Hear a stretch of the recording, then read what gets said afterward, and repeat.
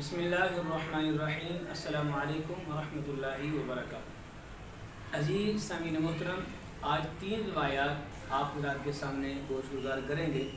وہ روایات کے لوگوں میں بہت زیادہ مشہور ہیں، لوگ اس کو دین رسول صلی اللہ علیہ وآلہ وسلم کا بہت زیادہ حصہ سمجھتے ہیں، اور معاذ اللہ اتنا حد تک حصہ سمجھتے ہیں کہ جس طرح کے انہیں یقین کامل۔ پہلی روایت کہ نبی کریم خاتم النبیین صلی اللہ علیہ وآلہ وسلم کی ذات بابرکات پر ایک عورت تھی مکہ مکرمہ میں، وہ نبی علیہ السلام پر کوڑا پھینکتی تھی، اور ایک دن ایسا ہوا کہ محبوب علیہ السلام آپ کی ذات بابرکات پر کوڑا پھینکنے نہیں آئی، تو محبوب علیہ السلام نے جا کر پوچھا آج خیریت ہے کہ آج مجھ پر جو ہے وہ کوڑا پھینکنا نہیں ہے۔ یاد رکھنا میرے بھائیوں، یہ کافروں، انگریزوں اور گستاخان رسول کی جانب سے ایک کھڑی روایت ہے۔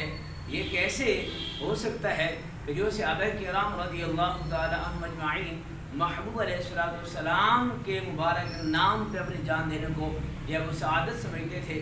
تو کیا خیال ہے کہ وہ معاذ اللہ صحابہ کرام رضی اللہ تعالی عنہم اجمعین وہ دیکھتے رہتے تھے محبوب علیہ السلام پر ایک عورت ہے وہ کوڑا پھینکنے آئی ہے، اور محبوب علیہ السلام کے صحابہ معاذ اللہ دیکھتے رہے؟ یاد رکھنا یہ من گھڑت روایت ہے۔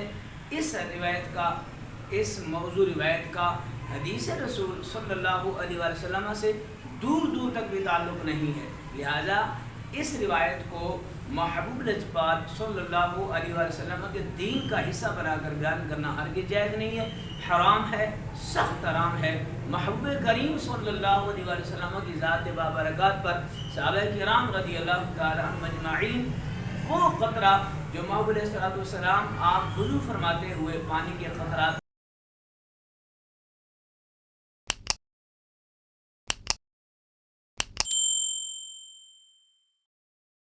وضو کے قطرات جو صحابہ زمین پر نیچے نہیں گرنے دیتے تھے، یہ کیسے ہو سکتا ہے کہ وہی صحابہ محبوب مصطفیٰ صلی اللہ علیہ وآلہ وسلم کے ذات بابرکات پر آپ کے معاذ اللہ آپ پر ایک عورت گندگی پھینکے، کوڑا پھینکے، اور صحابہ کرام رضی اللہ تعالیٰ عنہ اجمعین اس کو برداشت کریں؟ یہ بالکل جائز نہیں ہے، سخت حرام ہے۔ لہذا اس حوالے سے اگر کوئی صاحب اس کو حدیث رسول کا حصہ سمجھتا ہے، یا اس کو معتبر سمجھتا ہے، یا اس کو درست سمجھتا ہے، اسے چاہیے اللہ سے معافی مانگے، آئندہ جو ہے اسے توبہ کرے۔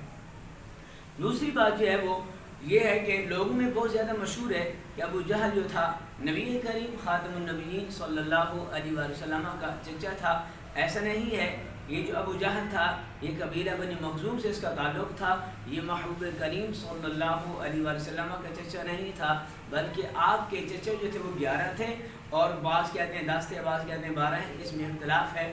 تو اس میں چاہے 10 ہوں یا 11 ہوں یا 12 ہوں، ان میں سے صرف 2 جو ہے وہ ہستیاں محبوب کریم صلی اللہ علیہ وآلہ وسلم پر ایمان لائے تھے، حضرت عباس رضی اللہ تعالیٰ عنہ جن کے لخت جگر جناب عبداللہ بن عباس رضی اللہ تعالیٰ عنہ ہیں، جو ترجمان القرآن کے لقب سے ملقب ہیں۔ دوسرے چچا سید الشہداء اسد اللہ و اسد رسول جناب امیر حمزہ رضی اللہ تعالیٰ عنہ کے ذات گرامی ہیں۔ اور تیسرا ایک اور جو ہے وہ روایت سماعت فرما لیں، ایک جو ہے وہ شعر پڑھا جاتا ہے کہ محبوب کریم صلی اللہ علیہ وآلہ وسلم کے دست اقدس میں پتھروں نے کلمہ پڑھا تھا، اور ابو جہل نے کہا تھا کہ اگر یہ کنکریاں کلمہ پڑھ لیں تو محبوب علیہ السلام جو ہے وہ آپ کی میں رسالت پر، آپ کی نبوت پر ایمان لے آؤں گا۔ تو اس صورت میں یہ جو ایک شعر کی صورت میں بیان کیا جاتا ہے کہ پتھروں نے بھی کلمہ پڑھا لا الہ الا اللہ، اگرچہ اس میں کوئی شک نہیں ہے پوری کائنات رسول اللہ صلی اللہ علیہ وسلم کی ذات بابرکات کو مانتی بھی ہے، جانتی بھی ہے، پہچانتی بھی ہے، مگر یاد رکھیے یہ جو ایک خاص واقعہ بیان کیا جاتا ہے یہ من گھڑت ہے۔ نبی کریم صلی اللہ علیہ وسلم فرماتے ہیں ما من شیء بین السماوات والارض الا وهو يعلم انی رسول اللہ۔ نبی علیہ السلام فرماتے ہیں کائنات میں، زمین و آسمان میں کوئی چیز بھی ایسی نہیں ہے جو یہ نہ جانتی ہوں میں محمد اللہ کا رسول ہوں۔ محبوب مصطفیٰ صلی اللہ علیہ وسلم بہت اللہ نے آپ کو مراتب اور مقامات سے نوازا ہے، مگر جو روایات میں موجود نہیں ہے، ہمیں ضرورت ہی نہیں ہے کہ ہم من گھڑت روایات کو بیان کریں، جبکہ اللہ نے جن کا مرتبہ اتنا بڑھا دیا ہے جس کے بارے میں خود اللہ فرماتا ہے وَرَفَعْنَا لَكَ ذِكْرَكَ، اے محبوب ہم نے آپ کا ذکر آپ کے لیے بلند کر دیا۔ جب اللہ نے ذکر بلند کر دیا ہے تو ہمیں موضوع روایات، من گھڑت روایات کا یا وہ سہارا لینے کی ضرورت نہیں ہے۔